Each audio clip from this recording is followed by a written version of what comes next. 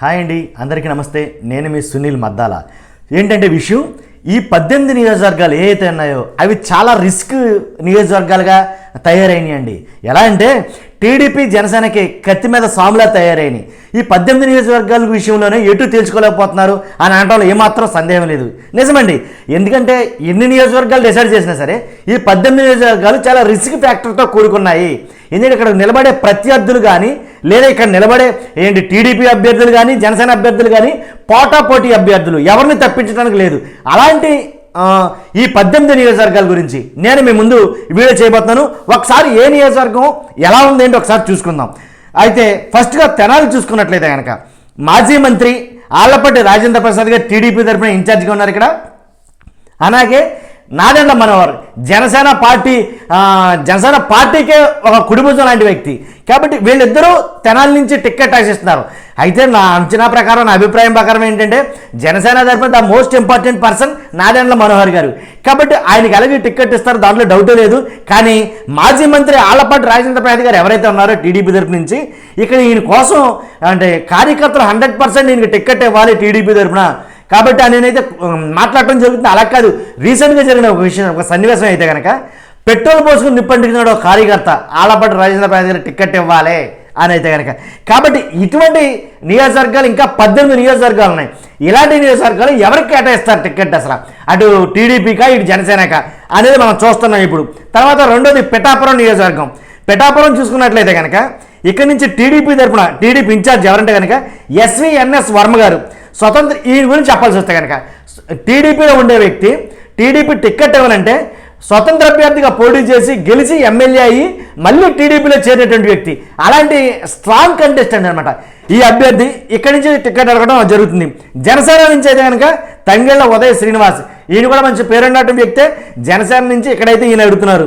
తర్వాత జనసేన నుంచి ముద్రగడ పద్మనాభం గారి తనయుడు ముద్రగడ పద్మనాభం గారు కానీ లేదా ముద్రగడ పద్మనాభం తనయుడు ఎవరైతే ఉన్నారో వాళ్ళ అబ్బాయికి కానీ గిరిబాబు ఎవరైతే ఉన్నారో ఆయనకి కానీ ఇక టికెట్ ఇవ్వాలా ఏంటి అనే సందిగ్ధంలో అయితే కనుక ఉంది. కానీ టీడీపీని తరపు నుంచి చూస్తామంటే నెంబర్ 1 క్యాండిడేట్ కాబట్టి ఎవరికి ఇస్తారు అనేది ఇంకా ఫైనలైజ్ చేయలేక తలపోటుగా ఉన్నది. ఎందుకంటే పిఠాపురం ఆల్రెడీ జనసేన అని అయితే చాలామంది మాట్లాడుకోవడం జరుగుతుంది. చూడాలి, ఇది కూడా అంతే రిస్క్ ఉందన్నమాట. ఇక్కడ కూడా రాజానగరం చూసుకుంటే రాజానగరం ఆల్రెడీ పవన్ కళ్యాణ్ గారు అనౌన్స్ చేశారు రాజానగరం రాజోలు. ఎందుకంటే కనుక టీడీపీ వాళ్ళు ఉండి అనౌన్స్ చేశారు కాబట్టి మేము కూడా అనౌన్స్ చేస్తున్నాం, లేకపోతే మా కార్యకర్తలు ఇబ్బంది పడుతున్నారు అన్నట్టుగా 2 అనౌన్స్ చేశారు. ఆ రెండింటిలో రాజానగరం ఒకటే. రాజానగరం నుంచి జనసేన తరపు నుంచి పోటీ చేసే వ్యక్తి బొత్తుల రామకృష్ణ.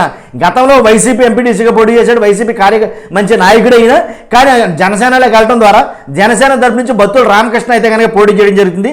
టీడీపీ తరపు నుంచి చూస్తే కనుక ఎవరంటే బొడ్డు వెంకటరమణ, ఈయన కూడా టీడీపీ తరపు నుంచి టికెట్ ఆశిస్తున్నారు రాజానగరం. కానీ ఎలాగైతే ఎప్పుడైతే అనౌన్స్ చేశారో ఇంక ఇది జనసేన కన్ఫర్మ్ అయిపోయినట్టే. ఇంకా అవనగడ్డ చూసుకున్నట్టే కనుక అవనగడ్డ నుంచి అవనగడ్డ అనగానే కాపులు ఓట్ బ్యాంక్ ఎక్కువ ఉన్న నియోజకవర్గం ఇది వాస్తవంగా. కాబట్టి కాపులు ఓట్ బ్యాంక్ ఎక్కువ ఉన్నప్పుడు జనసేన అభ్యర్థి ఖచ్చితంగా ప్రాతినిధ్యం ఇవ్వాలి. అలా ఇవ్వాలంటే కనుక జనసేన జిల్లా అధ్యక్షుడు ఎవరైతే ఉన్నారో రామకృష్ణ ఇక్కడి నుంచి పోటీ చేస్తారు. రామకృష్ణకే టికెట్ ఇవ్వాలి ఇక్కడి నుంచి అనేది చాలామంది అడుగుతున్నమాట. జనసేన ఖచ్చితంగా తీసుకోవాలనుకున్న నియోజకవర్గాలు ఈ నియోజకవర్గం ఒకటి. కాబట్టి జనసేన జిల్లా అధ్యక్షుడు రామకృష్ణకి ఇస్తారా ఇక్కడ. అలాగే టీడీపీ మాజీ మంత్రి మండలి బుద్ధప్రసాద్కి ఇస్తారా. ఈయన కూడా మంచి పేరున్న వ్యక్తి. కాబట్టి ఏం జరుగుతుందో ఎవరికి అర్థం కాని పరిస్థితి ఇక్కడి నుంచి అవనగడ్డ నుంచి. తర్వాత విజయవాడ పశ్చిమ అనగానే మనకు గుర్తు రావాల్సిన పేరు ఏంటంటే కేసీఆర్ నాని. ఈయన ఎప్పుడైతే టీడీపీకి రాజీనామా చేశాడో అక్కడ కొన్ని ప్రకంపనలు అయితే కానీ సృష్టించాడండి. నిజంగా కేసీఆర్ నాని రాజీనామా చేసిన తర్వాత ఈ సీట్ని ఆశిస్తూ టీడీపీ బొద్దా వెంకన్న అయితే కనుక అక్కడి నుంచి ఉన్నారన్నమాట. కాబట్టి ఇద్దరు బీసీ నేతలే. ఎవరో పోతిన మహేష్, జనసేన నుంచి టికెట్ ఆశిస్తున్న పోతిన మహేష్, అలాగే టీడీపీ బొద్దా వెంకన్న ఇద్దరు బీసీ నేతలే కావడం ఇక్కడి నుంచి కొంచెం సందిగ్ధంగా ఉంది. ఇంకోటి ఏంటంటే జనసేన అభ్యర్థి పోతిన మహేష్ గతంలో 15,000 ఓట్లు సాధించాడు ఇక్కడి నుంచి. కాబట్టి ఈసారి ఇంకా పెరుగుతాయి అనే ఆశావాహులు అయితే కనుక ఎక్కువ మంది ఉన్నారు. కాబట్టి విజయవాడ పశ్చిమ బొద్దా వెంకన్నకి ఇస్తారా లేదా పోతిన మహేష్కి ఇస్తారా అర్థం కాని పరిస్థితి. అలాగే గుంటూరు వెస్ట్, ఇది కూడా తలపోటు నియోజకవర్గంగా తయారైంది. ఎందుకంటే కనుక ఇక్కడి నుంచి టీడీపీ ఇన్ఛార్జ్ కోవెలమూడి రవీంద్ర గారు పోటీ చేస్తున్నారు. అలాగే జనసేన తరపు నుంచి బోనబోయిన శ్రీనివాస్ యాదవ్, గతంలో టీడీపీలో ఉండే ఆయన ఇప్పుడు జనసేన నుంచి పోటీ చేస్తున్నారు. బోనబోయిన శ్రీనివాస్ యాదవ్. అలాగే ఈ టీడీపీ తరఫున పోటీ చేసే కోవెలమూడి రవీంద్ర టీడీపీ ఇన్ఛార్జ్గా ఉన్నారు, ఈయనకి ఇస్తారా లేదా వీళ్ళిద్దరు కాకుండా గుంటూరు వెస్ట్ నుంచి ఇంకో పేరు తెర మీదకి వచ్చింది. ఏంటంటే ఆయన ఒక ఎన్ఆర్ఐ మోహన్ కృష్ణ ఆయన పేరు, ఈయన కూడా టీడీపీ నుంచి టికెట్ ఆశిస్తున్నారు. సో ఎవరికి ఇస్తారో అర్థం కాని పరిస్థితి గుంటూరు వెస్ట్లో నెలకొంది.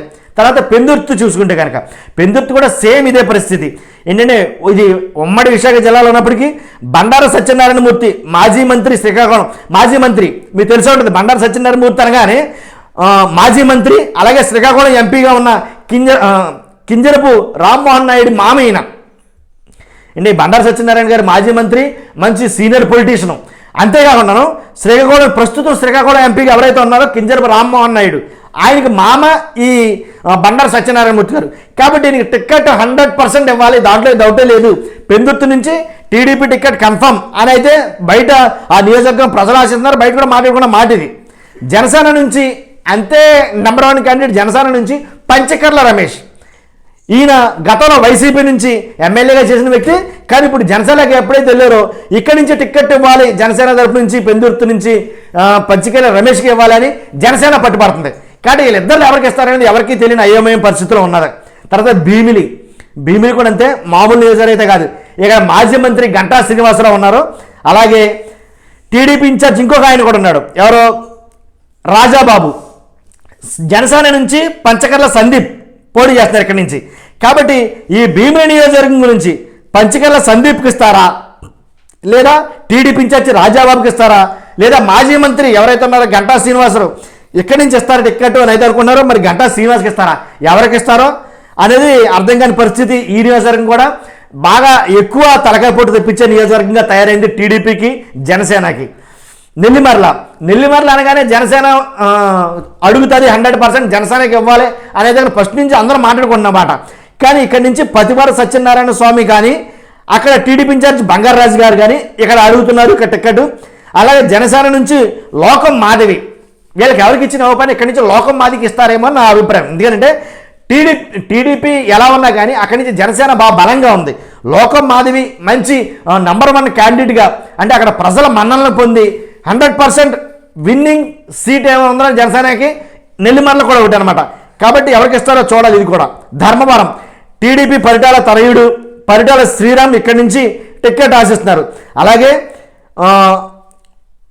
గోనగండ్ల సూర్యనారాయణ మాజీ ఎమ్మెల్యే, బీజేపీలో ఉంటాడు ఈయన యాక్చువల్గా, అయినా కానీ ఆయన కూడా టికెట్ ఆశించడం జరుగుతుంది.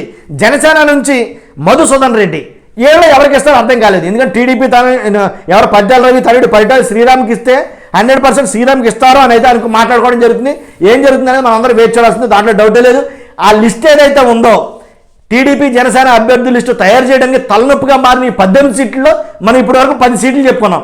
11వ సీటు చీరాల గురించి మాట్లాడుకుంటూ కనుక టీడీపీ అభ్యర్థి ఏంటి కొండయ్య యాదవ్ గతంలో ఎంపీగా పోటీ చేసి ఓడిపోయిన తర్వాత జనసేన నుంచి ఆమంచి స్వాములు ఇక్కడ పోటీ చేస్తారన్నమాట. ఇక్కడ చిన్న రిస్క్ ఫ్యాక్టర్ ఏంటంటే కనుక జనసేన నుంచి పోటీ చేసే ఆమంచి స్వాములు, అలాగే వైసీపీ దగ్గర నుంచి పోటీ చేస్తుందేమో ఆమంచి కృష్ణమోహన్, వీళ్ళిద్దరు అన్నదమ్ములే. ఇప్పుడు జనసేన నుంచి ఆమంచి స్వాములకి ఇక్కడ టిక్కెట్ అవ్వకపోతే, చీరాలలో జనసేన నుంచి ఆమంచి స్వాములకి టిక్కెట్ అవ్వకపోతే కనుక వైసీపీ తరఫున పోటీ చేస్తున్న ఆమంచి కృష్ణమోహన్తో కలిసి వైసీపీకి సపోర్ట్ చేస్తాడేమో అని లేనిపోయి తలకాయ పడుకుంది. సో కాబట్టి ఇక్కడ టిక్కెట్ జనసేన, అప్పుడు జనసేన ఆమంచి స్వాములకి ఇస్తే ఆమంచి కృష్ణమోహన్ ఇద్దరు అన్నదమ్ముల మధ్య పోరు అనేది జరుగుతుందన్నమాట. అలాంటప్పుడు మరి టీడీపీ కొండ ఈ పరిస్థితి అంటే అర్థం కాని పరిస్థితి. కాబట్టి అలాగే ఇంకో నియోజకవర్గం కాకినాడ అసెంబ్లీ, ఇది కూడా అంతేనండి. ఇక టీడీపీ ఇన్ఛార్జిగా కొండబాబు ఉన్నారు, ఈయనకి ఇస్తారా, లేదా మొత్తం శశిధర్ జనసేన గతంలో పోటీ చేసినటువంటి వ్యక్తి, జిఎంఆర్ ఫ్యామిలీకి అల్లుడండి ఈయన, చాలామంది తెలిసి ఉంటుంది. మాజీ మంత్రి మొత్తం గోపాలకృష్ణ తనయుడు, ఒక వ్యాపారవేత్త అనమాట. కాబట్టి 100% ఫైనాన్షియల్గా చాలా సపోర్ట్ బ్యాక్గ్రౌండ్ ఉన్న వ్యక్తి. కాబట్టి మొత్తం శశిధర్కి ఇస్తారా జనసేన నుంచి అనేది కనుక అర్థం కాని పరిస్థితి. కొండబాబు మీద మొత్తం శశిధర్ ఫైనాన్షియల్గా బాగా బ్యాక్గ్రౌండ్ ఎక్కువ ఉన్న వ్యక్తి అనమాట. అలాగే అమలాపురం నుంచి ఎస్సీ రిజర్వ్ నియోజకవర్గం అండి, ఆనందరావు మాజీ ఎమ్మెల్యే టీడీపీ ఇన్ఛార్జిగా ఇక్కడి నుంచి వ్యవహరిస్తున్నారు. రాజాబాబు జనసేన ఏంటి ఇక్కడి నుంచి అడుగుతున్నారు. అలాగే వీళ్ళిద్దరు అంటే రాజాబాబు అడుగుతున్నాడు, జనసేన నుంచి శేఖర్ కూడా అడగటం జరుగుతుంది. అలాగే టీడీపీ నుంచి కూడా ఇద్దరు ఉన్నారు, ఆనందరావు మాజీ ఎమ్మెల్యే ఈయన టికెట్ ఆశిస్తున్నాడు, అలాగే శ్యామ్ అని ఆయన కూడా టికెట్ ఆశిస్తున్నారు. ఈ నియోజకవర్గంలో అమలాపురం నియోజకవర్గంలో ఎస్సీ రిజర్వేడ్కు ఇద్దరు ఉన్నారు ఇక్కడ. అసలు ఎవరికి ఇస్తారో అర్థం కాని పరిస్థితి. నరసాపురం చూసుకున్నట్లయితే కనుక బండారు యాదవ్ నాయుడు మాజీ ఎమ్మెల్యే, గతంలో 3వ స్థానంలో నిలబడ్డాడు ఈయన 2019 ఎన్నికల్లో. తర్వాత బొమ్మిడి నాయకర్ గారు సెకండ్ ప్లేస్లో నిలబడ్డాడు. ఇక్కడ నరసాపురం 100% బొమ్మిడి నాయకర్ గారికి ఇవ్వాలని జనసేన పట్టుబట్టే నియోజకవర్గాలు ఇదో నియోజకవర్గం. ఎందుకంటే బొమ్మిడి నాయకర్ గారు 2019 ఎన్నికల్లో సెకండ్ ప్లేస్లో ఉన్నాడు. ఇంకా టీడీపీ థర్డ్ ప్లేస్లో ఉంది. మరి థర్డ్ ప్లేస్లో టీడీపీ బండారు యాదవ్ నాయుడికి ఇస్తారా, సెకండ్ ప్లేస్ వచ్చిన బొమ్మిడి నాయకర్కి ఇస్తారా, అర్థం కాని పరిస్థితి అనమాట. నరసరాపేట చూసుకున్నట్లయితే కనుక నల్లపాటి రాము, ఈయన కూడా అంతే టీడీపీ. తర్వాత జిలానీ సయ్యద్ జనసేన. కాబట్టి వీళ్ళిద్దరు ఎవరికి ఇస్తారు? మైనార్టీ నాయకుల్లో ముఖ్యుడు ఎవరికి? జనసేనకి జిలానీ సయ్యద్. ఎవరికి ఇస్తారనేది అర్థం కావట్లా. పెడన కాగిత కృష్ణప్రసాద్ బీసీ సామాజికవేత్త, అలాగే బీసీ సామాజిక ఈయన బోరగడ్డ వ్యాధవ్యాస్ జనసేన మాజీ డిప్యూటీ స్పీకర్. ఈయన ఇప్పుడు జనసేనలో ఉన్నాడు, మాజీ డిప్యూటీ స్పీకర్ అనమాట. కాబట్టి వీళ్ళు ఎవరికి ఇస్తారో అర్థం కాదు. తణుకు ఇది మరీ రిస్క్ అండి. ఆల్రెడీ తణుకు నియోజకవర్గంకి వచ్చేసరికి పవన్ కళ్యాణ్ గారు ఫస్ట్ అనౌన్స్ చేసిన టికెట్ ఇదే, ఏంటంటే విడివాడ రామచంద్రరావుకి ఇస్తారు ఇక్కడ. లేకపోతే టీడీపీ అసలు తణుకంటేనే తెలుగుదేశం కంచుకోట, టీడీపీ ఆర్మీ రాధాకృష్ణ గారు ఇస్తారా, ఎవరికి ఇస్తారా అనేది చాలా అయోమయంలో ఉన్న పరిస్థితి అనమాట. ఉంగుటూరు పి ధర్మరాజు జనసేన అండి. ఈయన చాలా ట్రస్టులు అయ్యి నడుపుతూ ఉంటారు, కాబట్టి ఈయనకి ఇస్తారా, లేదా గన్ని వీరాంజనేయులు ఆల్రెడీ మాజీ ఎమ్మెల్యే టీడీపీ తరపున వీళ్ళిద్దరికి ఇస్తారా? ఇంకో రిస్క్ ఉంది ఇక్కడ. ఒకవేళ బీజేపీకి టీడీపీకి జనసేనకి పొత్తు కుదిరితే ఇక్కడి నుంచి బీజేపీ నుంచి మాలతీ రాణి అని ఒక మేడం అడుగుతున్నారు. కాబట్టి ఈవిడికి ఇస్తారా, ఎవరికి ఇస్తారో అర్థం కాని పరిస్థితి ఈ 18 నియోజకవర్గాలు. ఏం జరుగుతుందో తెలియదు. ఈ 18 నియోజకవర్గాలు తేలుకోవాలంటే చాలా రిస్క్ అని నేను చెప్తాను 100%. చూద్దాం ఏం జరుగుతుందో. చూస్తున్న మీరందరూ కూడా లైక్ చేయండి, సబ్స్క్రైబ్ చేయండి. Thank you very much.